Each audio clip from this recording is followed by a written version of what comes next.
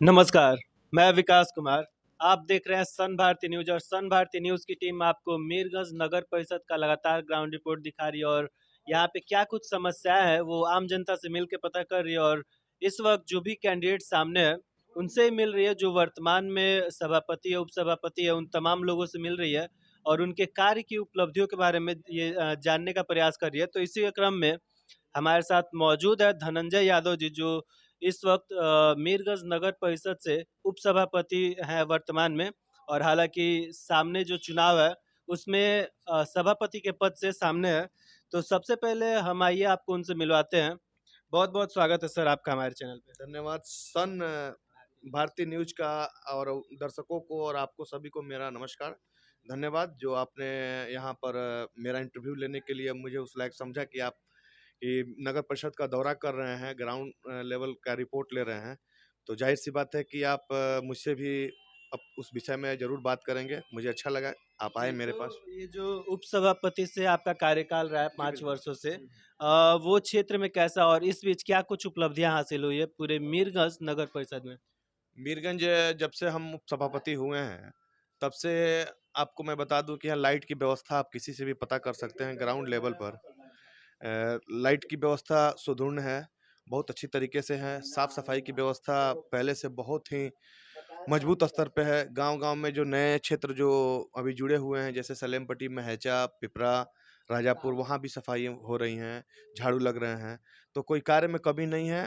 उस मामले में मुझे लगता है कि सिवान, गोपालगंज, बरौली और ये कटिया, उससे अच्छी सफाई हमारे मीरगंज नगर परिषद क्षेत्र में होती है। तो सर एक चीज और हम बात कर ले, जो 7 निश्चय योजना है जो लगभग जगह फ्लॉप साबित हो रहा है, क्या स्थिति है उसका यहाँ पे? देखिए, शहर की बात है वो सक्सेस गाँव में तो बहुत ज़्यादा था। शहर में उसको ये कह सकते हैं हम कि यहाँ जो सबसे कमज़ोर तबके के भी लोग हैं, उनके यहाँ भी पानी टंकी और मोटर की व्यवस्था है। तो इसलिए मुझे नहीं लगता है कि यहाँ सक्सेस हुआ है या फ्लॉप हुआ है।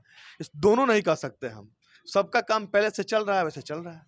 लेकिन हम बात कर ले तो ये जो 5 वर्षों का समय था वो लगभग समाप्ति के कगार पे है। बिल्कुल, बिल्कुल। और अब जो चेयरमैन और उप चेयरमैन दोनों पद सीधे जनता से जोड़ दिया जी, गया है। जी। तो किस तरह का समर्थन यहाँ की जनता से मिल रहा है? हालांकि अब तो सभापति के पद से आप सामने हैं, और क्या कुछ सोच है पूरे मीरगंज नगर परिषद को लेके? जी, मुझे अपार समर्थन और प्यार मिल रहा है, इसलिए मिल रहा है कि मैं पहले तो एक वार्ड से प्रतिनिधित्व करने करता था और वहाँ के जो 16 वार्ड पार्षद थे, वो लोग मिलके हम लोग को अध्यक्ष-उपाध्यक्ष बनाते थे। तो ऐसा नहीं था कि हम अपने वार्ड का ही ध्यान रखते थे, अदरवाइज़ जितने भी हमारे नगर परिषद क्षेत्र के वार्ड थे, जो समस्याएँ थीं, उसका निष्पादन प्रतिदिन मेरे स्तर से किया जाता था। उसका ये मुझे लाभ मिल रहा है कि जहाँ भी जा रहा हूँ मैं, मुझे अपार जन समर्थन, लोगों का प्यार और सबको ये तमन्ना हो रही है कि सारे लोग अब मुझे वोट करके चुनेंगे।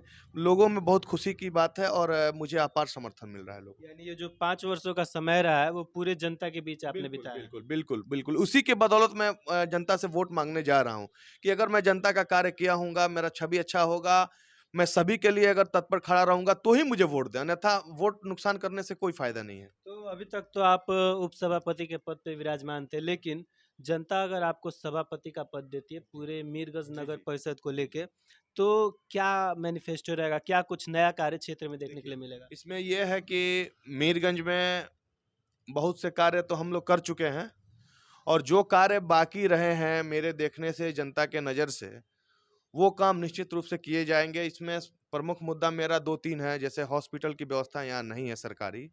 उसके लिए एक प्राथमिक उप स्वास्थ्य केंद्र है, वो बिल्कुल जर्जर बंद पड़ा हुआ है। उसके लिए निश्चित रूप से अगर मैं चेयरमैन हो जाता हूँ, तो वो हर हालत में उसको उसके लिए कार्य हो करेंगे हम। मेरी टीम कार्य करेगी, नगर परिषद सदैव तत्पर रहेगी कि मीरगंज नगर परिषद क्षेत्र में एक हॉस्पिटल हो, कि लोगों को हथुआ और बरवा कपरपुरा ना जाना पड़े। उसका दूसरा चीज़ है, खेल ग्राउंड भी यहाँ बनाने का हम लोग का प्रयास है, खेल ग्राउंड यहाँ नहीं है। उसके लिए भी हम लोग प्रयास करेंगे कि जो हम लोगों से हो जाए। मैं ये नहीं कहूँगा कि मैं ये कर दूँगा, मैं वो कर दूँगा। चुनावी में बहुत लोग दावे करते हैं, बहुत लोग तो कुछ कह रहे हैं, बहुत लोग हमारे माननीय मित्र जो भी चुनाव लड़ रहे हैं, वो कह रहे हैं कि हम इतने में ये कर देंगे, इतने पैसे में वो कर देंगे। अब हम क्या बताएँ, सब तो कैमरे पे ऑन कैमरा कुछ बोल नहीं सकता हूँ मैं। लोग समझ रहे हैं, जनता समझदार है, जनता चालाक है। जनता इस समय बहुत सोच समझ के वोटिंग करेगी। ये नहीं है किसी के बहकावे में आके और किसी के कुछ कहने पे आके कि ये कर दूंगा वो कर दूंगा, ऐसे नहीं जनता मानने वाली एक है। चीज और हम बात कर ले, जो एक कॉमन मुद्दा है, लगभग सभी चुनाव में सामने आता है, चाहे वो पंचायत लेवल पे हो, नगर पंचायत या फिर अन्य कोई भी जी चुनाव जी हो। जी जी जी। वो कि जातीय समीकरण, क्योंकि कुछ कैंडिडेट ऐसे भी होते हैं जो जात के नाम पे वोटिंग जी जी करते जी हैं। जी। तो क्या मतलब इसको लेके जनता से क्या कहना जी चाहेंगे? देखिए, मेरे पे ये लागू नहीं होता है। इसलिए लागू नहीं होता है सर कि मैं जिस वार्ड पार्षद से, पहले तो वार्ड पार्षद से ही बन के मैं चेयरमैन बनता था। मैं 3 बार से वार्ड पार्षद बना हूँ और जिस वार्ड से मैं लड़ता हूँ, वहाँ मुश्किल से 10 लोगों का मेरे ये क्या कहें, जाति कहें या व्यादरी कहें, जो कहें, उस लोगों का वोट है। तो उससे मतलब नहीं है, सारे लोग वैश्य हैं, सारे लोग अलग जाति के हैं, सारे लोग मुझे चुनते हैं और उसका ये नतीजा है कि नगर परिषद मीरगंज क्षेत्र के अंतर्गत जातिगत कोई भावना नहीं है, मेरे ऊपर लागू नहीं होती है। सारे लोगों का प्यार, सारे लोगों का समर्थन मिल रहा है। निश्चित रूप से लोगों का समर्थन मिलेगा, मैं चुनाव जीतूँगा और लोगों की सेवा के लिए तत्पर रहूँगा। तो वार्ड नंबर 14 के सभी जाति को एक संगठन में लेके 12 चल रहे 12 थे, 12 वार्ड है मेरा। नंबर 12। तो लेकिन अब बात आ गया, जो जी, क्षेत्र जी, बढ़े जी, हैं, जी, 16 से या 26 हो या जी, 22 हो, जो भी हो, जी, जी। सभी जाति धर्म को संगठित नहीं, करके। 1600-2200 नहीं है। मैं आपको बता दूं, नगर जी। परिषद मीरगंज क्षेत्र में 43,000 जनसंख्या है और मुझे लगता है कि 26 से 30,000 बीच वोटर होंगे। वो सारे वोटर वोट करेंगे तब चुनेंगे अध्यक्ष और उपाध्यक्ष। हाँ जी, बिल्कुल। ये 100 में नहीं, 1000 में है सर। तो आगामी चुनाव को लेके समस्त जनता से क्या अपील है? नहीं, समस्त जनता से अपील है कि किसी को भी अपना प्रतिनिधि अगर चुनते हैं, तो निश्चित रूप से जो उनके सुख-दुःख में काम आए और हमेशा आगे रहे।